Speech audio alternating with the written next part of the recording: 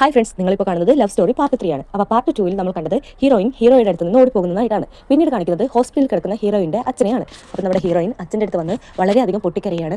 ഇന്ന് എനിക്ക് സംഭവിച്ചത് എന്താണെന്ന് അച്ഛൻ അറിഞ്ഞാൽ അച്ഛൻ വളരെ സങ്കടപ്പെടും. ഏട്ടനായി ഞാൻ കണ്ട എൻ്റെ ബ്രദർ തന്നെ എന്നെ കൊണ്ടുപോയി മറ്റൊരുത്തൻ്റെ അടുത്തേക്ക് വിടുകയാണ്, അതും ബിസിനസ്സിൻ്റെ ആവശ്യത്തിന് വേണ്ടി, പണത്തിന് വേണ്ടി. ഇങ്ങനെയൊക്കെ ആൾക്കാരൊക്കെ മാറുമോ? എങ്ങനെയെങ്കിലും അച്ഛൻ ഇവിടെ നിന്ന് എഴുന്നേൽക്കണം, ഇല്ലെങ്കിൽ എൻ്റെ ജീവിതം എന്താവുമെന്ന് അറിയില്ല എന്ന് പറയുമ്പോൾ അവിടേക്ക് പെട്ടെന്നൊരു ലേഡി കടന്നു വരുന്നു. അതാണ് നമ്മുടെ ഹീറോയുടെ അച്ഛൻ്റെ ഫസ്റ്റ് വൈഫ്. അപ്പോൾ ഹീറോയിൻ സെക്കൻഡ് വൈഫിലുള്ള മകളാണ്. അപ്പോൾ ആ ഫസ്റ്റ് വൈഫിൻ്റെ മകനാണ് ഈ നമ്മുടെ ഹീറോയിനെയും കൂട്ടി അവിടെ ഇവിടേക്ക് പോകുന്നത്. എന്നിട്ട് ആ ലേഡി പറയാണ്, നിന്നെ കൊണ്ട് ഒരു 5 പൈസയുടെ ഗുണമില്ലല്ലോ ഈ കുടുംബത്തിന്. ഇന്ന് നിന്നെ കൊണ്ടുപോയി എത്ര വലിയ ക്ലൈൻ്റ് ആണെന്ന് നിനക്കറിയോ? ആ ബിസിനസ് എങ്ങാനും റെഡി ആയിരുന്നെങ്കിൽ, ആ കോൺട്രാക്ട് ഒന്ന് ശരിയായിരുന്നെങ്കിൽ ഞാൻ എവിടെ എത്തിയേനെ? നിന്നെ കൊണ്ട് ഒരു ഉപകാരം ഇല്ലാതായി പോലും. നിനക്കൊരു ആണിനെ പോലും വശീകരിക്കാൻ പറ്റുന്നില്ല എന്നുള്ള രീതിയിൽ നമ്മുടെ ഹീറോയിനോട് ദേഷ്യപ്പെടുന്നു. എന്നിട്ട് പറയുന്നു, നീ പേടിക്കണ്ട, ഇതുകൊണ്ടൊന്നും തീർന്നു എന്ന് നീ കരുതണ്ട. ഇന്ന് വീണ്ടും ഒരു ബിസിനസ് ആവശ്യത്തിന് വേണ്ടി നിന്നെ ഒരു സ്ഥലത്തേക്ക് കൊണ്ടുപോവുകയാണ്. അയാൾക്ക് ഇഷ്ടപ്പെട്ട രീതിയിൽ നീ ജീവിക്കണം, അയാളുടെ ഇഷ്ടങ്ങൾക്ക് അനുസരിച്ച് നീ പെരുമാറണം, ഇല്ലെങ്കിൽ എൻ്റെ സ്വഭാവം എന്താണെന്ന് നിനക്ക് അറിയാമെന്ന് പറഞ്ഞ് ആ ലേഡി അവിടെ നിന്ന് പോകുന്നു. പിന്നീട് അവർ പറഞ്ഞതുപോലെ മറ്റൊരു ബിസിനസ്സുകാരനുമായുള്ള മീറ്റിംഗ് ആണ് കാണിക്കുന്നത്. അവിടെ വന്നിരിക്കുന്ന ആ ബിസിനസ്സുകാരൻ നമ്മുടെ ഹീറോയെ വളരെ മോശപ്പെട്ട രീതിയിലേക്ക് നോക്കുന്നുണ്ട്.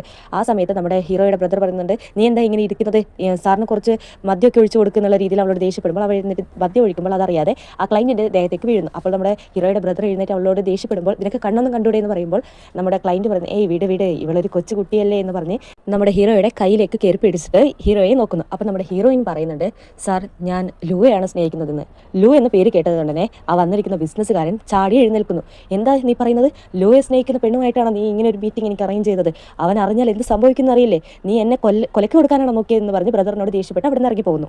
അയാൾ അവിടെ നിന്ന് പോയതിൻ്റെ ദേഷ്യത്തിൽ നമ്മുടെ ഹീറോയുടെ ബ്രദർ ഹീറോയെ ഒരു ചവിട്ടുന്നു. അപ്പോൾ അവൾ അവിടെ നിന്ന് പിന്നിലേക്ക് മറിഞ്ഞ് ഒരു കസേരയിൽ ഇരിക്കുന്നു. അപ്പോൾ നമ്മുടെ ഹീറോയിൻ ശ്രമിക്കുന്നു, ലൂ എന്ന പേര് കേട്ടപ്പോൾ തന്നെ ഇത്രയും വലിയ പണക്കാരൻ ഭയക്കണമെങ്കിൽ എന്നെ രക്ഷിക്കാൻ ഇനി ലൂയ്ക്ക് മാത്രമേ പറ്റൂ. എന്തായാലും എനിക്ക് ലൂയെ കാണാൻ പോകണമെന്ന് പറഞ്ഞ് നമ്മുടെ ഹീറോയിൻ ലൂ ഉള്ള സ്ഥലത്തേക്ക് പോകുന്നു. അപ്പോൾ നമ്മുടെ ലൂ ഒരു പാർട്ടിയിലാണ് ഉണ്ടായിരുന്നത്. അങ്ങനെ ആ പാർട്ടിയുടെ അടുത്തേക്ക് നമ്മുടെ ഹീറോയിൻ എത്തുകയാണ്. അപ്പോൾ ഹീറോ ചോദിക്കുന്നുണ്ട്, എത്ര ധൈര്യം ഉണ്ടെങ്കിൽ നീ ഇവിടേക്ക് വരുമെന്ന് ചോദിക്കുമ്പോൾ അവൾ പറയുന്നു, എന്നെ എങ്ങനെയെങ്കിലും നിങ്ങൾ രക്ഷിക്കണം, ഞാൻ ഇനി നിങ്ങളുടെ കൂടെ നിന്നോട്ടെ എന്ന് ചോദിക്കുമ്പോൾ നമ്മുടെ ഹീറോ ചോദിക്കുന്നുണ്ട്, എന്ത്, നീ എൻ്റെ കൂടെ കഴിയാനോ?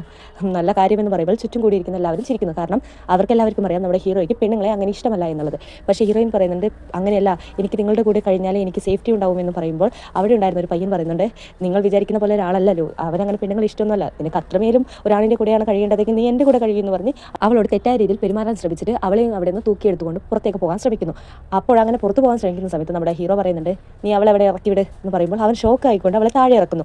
അവളെ താഴെ ഇറക്കി അതേ സമയത്ത് നമ്മുടെ ഹീറോയെ തൻ്റെ അടുത്തേക്ക് വലിച്ച് നിൽക്കുന്നു. എന്നിട്ട് പറയുന്നു, ഇവിടെയുള്ള എല്ലാവരും പുറത്തേക്ക് പോകുക, ഇവിടുത്തെ പാർട്ടിയൊക്കെ കഴിഞ്ഞിരിക്കുന്നു എന്ന് പറയുന്നു. അവിടെയുള്ള എല്ലാവരും പുറത്തേക്ക് പോയപ്പോൾ നമ്മുടെ ഹീറോ അവളുടെ അടുത്തേക്ക് ചേർന്ന് നിന്ന് അവളിൽ നിന്ന് വരുന്ന ആ സുഗന്ധത്തെ ആസ്വദിക്കാൻ തുടങ്ങി. അപ്പോൾ നമ്മുടെ ഹീറോയിൻ പറയുന്നുണ്ട്, ഞാൻ നിങ്ങളുടെ കൂടെ നിൽക്കാമെന്നാണ് പറഞ്ഞത്, അത് എൻ്റെ സംരക്ഷണത്തിന് വേണ്ടിയാണ്, അല്ലാതെ എന്നെ നിങ്ങൾക്ക് തന്നു എന്നല്ല പറഞ്ഞതെന്ന് പറയുമ്പോൾ നമ്മുടെ ഹീറോ ചോദിക്കുന്നുണ്ട്, ഓ അങ്ങനെയാണോ, എങ്കിൽ ഞാനൊന്ന് ആലോചിക്കട്ടെ. തൽക്കാലം അടുത്ത പാർട്ടിനായി ചാനൽ സബ്സ്ക്രൈബ് ചെയ്ത് ലൈക്ക് ചെയ്യുക.